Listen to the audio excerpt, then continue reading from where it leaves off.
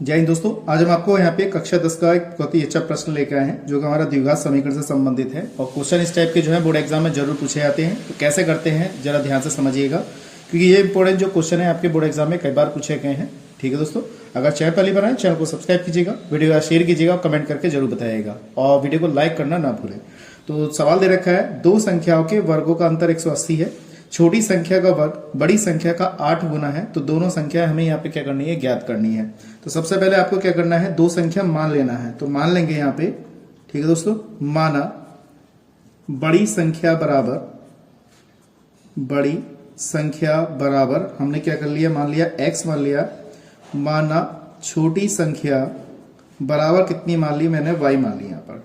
ठीक है दोस्तों, ये बात ध्यान रखिएगा। तो हमारे पास क्या है, बड़ी संख्या भी है और छोटी संख्या भी है। अब वो कह रहा है दोनों संख्याओं के वर्गों का अंतर, यानी कि इन दोनों संख्या के वर्ग का अंतर, यानी कि इसका वर्ग। तो हमारा जो पहला रूल है वो इसका वर्ग कह रहा है। देखिए यहाँ पे लिखा हुआ दोनों संख्या के वर्गों का अंतर 180 है, तो यानी कि इसका वर्ग कर देंगे, इसका वर्ग कर देंगे। अब वो कह रहा है इन दोनों का अंतर, अंतर का मतलब माइनस कितना है, 180 है, यानी कि 180 है यहाँ पर, ये दे दिया। तो हमारे पास समीकरण नंबर 1 आ गई। उसके बाद ये वाली यहां से लेके यहां तक का स्टेप पूरा हो गया हमारे पास। अब वो कह रहा है छोटी संख्या का वर्ग बड़ी संख्या का 8 गुना है। अब छोटी संख्या हमने y मानी है, ये बात ध्यान रखिएगा। कह रहा है छोटी संख्या का वर्ग, छोटी संख्या हमने y मानी है, तो यहाँ पे वर्ग हो गया। छोटी संख्या का वर्ग यहाँ पे लिखा हुआ है, देखिए साफ साफ, छोटी संख्या का वर्ग बड़ी संख्या का 8 गुना है, यानी कि बड़ी संख्या हमारी 8 है, इसका 8 गुना है, इस तरीके से 8 गुना है। तो ये हमारे पास समीकरण नंबर 2 हो गई। और बहुत छोटे सवाल है, ज्यादा बड़े नहीं है, बस केयरफुली समझिएगा। तो ये हो गया। इसके बाद वो कह रहा है कि इसको सॉल्व करिए, यानी कि दोनों संख्या को ज्ञात कीजिए, यानी कि x का मान और y का मान हमें करना है, ज्ञात करना है। ठीक है, बस आपको कुछ नहीं करना है, ये y स्क्वायर का मान समीकरण नंबर 1 में लगा दो। हम यहाँ पे लगाते हैं, यहाँ लिख देंगे समीकरण 1 में y स्क्वायर बराबर 8x रखने पर, यहाँ पे रख देंगे।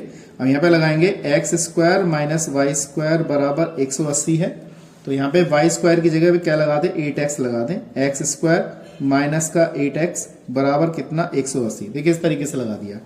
अब हमारे पास एक्स स्क्वायर माइनस का 8x माइनस का 180 बराबर 0, इस तरीके से हमारे पास समीकरण है। अब इस समीकरण के हम क्या करेंगे, फैक्टर करेंगे, और फैक्टर करना आपको अच्छी तरह आता होगा। देखिए यहाँ पे कोई पद नहीं है तो 1 है, तो इसकी गुणा इससे करेंगे, तो 180 के फैक्टर कर लीजिए। तो मैं आपको गुणनखंड करना सिखा रहा हूँ। ठीक है, कितना हो जाएगा, 2 9 18, इस तरीके से कटेगा। फिर 2 से कट जाएगा, 2 चौक 8, 2 पंजे 10, ये कट गया। अब ये 3 से कट जाएगा, 3 एकम 3, 3 पंजे 15, फिर 3 से कट जाएगा, 3 पंजे 15, फिर 5 से कटेगा, 5 एकम 5, इस तरीके से कट गया। अब इसके अब ये हमारे पास इतना होगा। अब इसको गुणनखंड में बदल दीजिए। तो गुणनखंड का मतलब है गुणा करने पे 180 आना चाहिए और जोड़ने घटाने पे कितना बचना चाहिए, हमारा 8 बचना चाहिए। ठीक है, तो 3 दूनी 6, 6 तिया 18, तो ऐसे 3 तिया 9, 9 दूनी 18, 18 और 10, तो इस टाइप से हमारे पास फैक्टर हो गए। माइनस का 18x हो गया, ठीक है, और प्लस के कितने हो गए, 10x। 18 में से 10 जाएगा तो हमारा 8 बच जाएगा, तो माइनस के 180 बराबर 0। इस तरीके से हमने फैक्टर कर लिए, बहुत आसान तरीके से। यहाँ से हमारे पास x कॉमन आया, तो x माइनस के 18, यहाँ से मैंने 10 कॉमन निकाला, तो यहाँ पे x माइनस 18 और बराबर कितना आ गया, 0। इस तरीके से कॉमन निकाला। देखिए ये सेम हो गए, तो x माइनस 18 और यहाँ पे बचेगा x प्लस 10 बराबर 0, इस तरीके से लिखा। तो x माइनस 18 बराबर 0, तो x बराबर 18। देखिए कि हमारा प्लस में आया है, और दूसरा हमारे पास है x प्लस 10 बराबर 0, तो x बराबर माइनस का 10, ये इस तरीके से आया। अब सबसे इंपॉर्टेंट बात यहाँ पर यह है कि ये तो माइनस में और ये प्लस में, तो प्लस वाली संख्या हमारी यहाँ पे सही है। तो यहाँ पे देखेंगे हम, तो बड़ी संख्या हमारे पास देखिए, अगर देखी जाए तो x का मान, ये x हमारी बड़ी संख्या तो है, x का मान 18 आ गया। अब छोटी संख्या निकाल लीजिए। छोटी संख्या कितनी थी हमारे पास, y थी, तो y स्क्वायर बराबर हमारे पास क्या था, 8x था, तो y स्क्वायर बराबर 8 इंटू x की वैल्यू कितनी लगा दे, 18 लगा दे। ठीक है, यहाँ पे इसके स्क्वायर भेज देते हैं इधर को, तो ये रूट चढ़ जाएगा, तो 8 गुणा 18, इस तरीके से लिखेंगे। इसके फैक्टर कर लीजिए, कितना आ जाएगा हमारे पास, तो ये हो जाएगा, इसको हम कर सकते हैं मल्टीप्लाई करके, 18 8 144। ठीक है, और ये वर्ग किसका होता है, प्लस माइनस। आप चाहें तो प्लस माइनस का चिन्ह यहाँ पे लगा सकते हैं, तो प्लस माइनस के कितना आ गया, 12। तो ये हमारे पास छोटी संख्या प्लस में और माइनस में भी आ गई, और हमारे पास बड़ी संख्या भी प्लस में और माइनस में भी हमारे पास है प्राप्त। लेकिन प्लस वाली संख्या सही मानी जाती है, तो x बराबर 18 और y का मान जो है छोटी संख्या है, x बराबर y बराबर कितना हो गया, प्लस के 12। ठीक है दोस्तों, तो मैं समझता हूँ ये चीज आपको अच्छी तरह समझ में आई होगी। अगर आप इसको लिखना चाहें तो अच्छी तरह से लिख सकते हैं। तो एक तो वैल्यू हमारे पास जो अगर देखा जाए तो संख्या कौन कौन सी आई, एक तो 18 प्लस की लिखेंगे और एक प्लस के 12 लिखेंगे। ठीक है, माइनस वाली संख्या लिखेंगे तो यहाँ लिखेंगे एक बार 18 लिखेंगे और एक बार माइनस के 12 लिखेंगे, तो ये वाली संख्या हमारे पास यहाँ आ गई। तो यही हमारा क्या है, इसका उत्तर है। तो देखिए कितने आसान तरीके से हमने इस सवाल को सॉल्व किया है। तो मैं समझता हूँ आपको अच्छी तरह समझ में आ गया होगा। अगर चैनल पहली बार आए चैनल को सब्सक्राइब कीजिएगा, वीडियो को शेयर कीजिएगा और कमेंट करके जरूर बताइएगा। जय हिंद दोस्तों, आज हम आपको यहाँ पे कक्षा 10 का महत्वपूर्ण प्रश्न लेकर आए हैं जो कि द्विघात समीकरण से संबंधित है।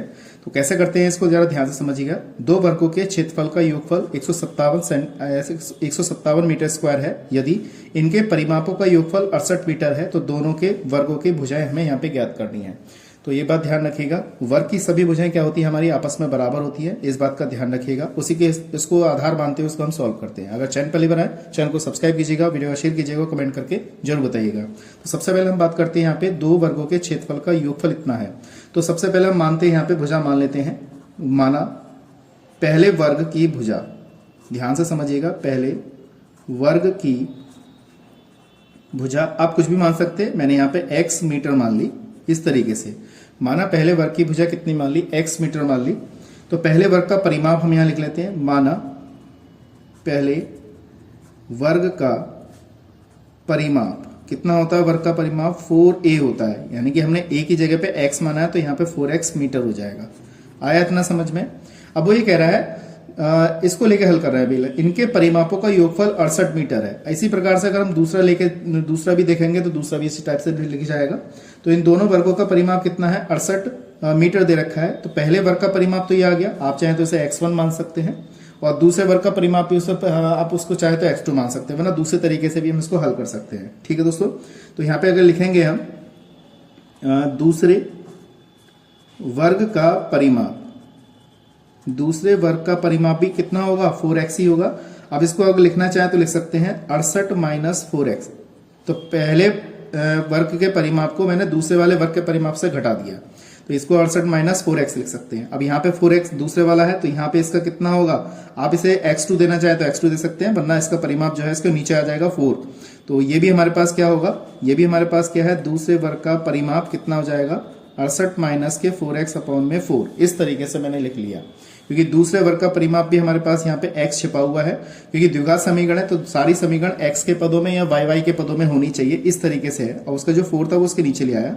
यहाँ से इसमें से ही क्या होगा, कॉमन निकाल के काट दिया जाएगा। तो यहाँ पे हमने इसको कॉमन निकाला तो यहाँ पे कितना आएगा, 4 यहाँ से कॉमन निकाला तो यहाँ पे 17 बचेगा माइनस का x अपॉन में 4 से 4 कैंसिल हो गया। तो दूसरे वर्ग का जो परिमाप आ गया हमारे पास कितना आ गया, 17 माइनस का x आ गया। इस तरीके से हमारा ये इतना परिमाप निकल के आया, मीटर आ गया। अब हमारे पास पहले वर्ग का परिमाप भी है और दूसरे वर्ग के परिमाप से, पहले वर्ग के परिमाप से हमने दूसरे वर्ग की भुजा निकाल ली। ठीक है, पहली भुजा आ गई, दूसरी भुजा हमने निकाल ली, हमारे पास दे रखा है। अब क्या कह रहा है, दोनों वर्गों के क्षेत्रफल का योगफल, यानी कि इनका जो क्षेत्रफल है। अब वर्ग का क्षेत्रफल कितना होता है, भुजा स्क्वायर, यहाँ पे लिख लेंगे पहले वर्ग का क्षेत्रफल का, पहले यहाँ लिख लेंगे पहले वर्ग का क्षेत्रफल भुजा स्क्वायर होगा, यहाँ पे लिख देंगे भुजा स्क्वायर यानी कि x स्क्वायर, मैंने यहाँ पे लिख दिया यानी कि मीटर का स्क्वायर। यहाँ लिख देंगे दूसरे की भुजा ये आई हमारे पास, तो दूसरे वर्ग का क्षेत्रफल कितना हो जाएगा, 17 माइनस x का स्क्वायर यानी कि मीटर स्क्वायर। दूसरी भुजा का भी स्क्वायर लिख दिया मैंने। अब ये कह रहा है दोनों वर्गों के क्षेत्रफल का योगफल कितना है, 157 मीटर स्क्वायर है, दोनों का योगफल यानी कि इसका और इसका योगफल। तो x स्क्वायर प्लस का 17 माइनस x स्क्वायर का होल स्क्वायर हो गया बराबर कितना, 157 मीटर स्क्वायर हो गया।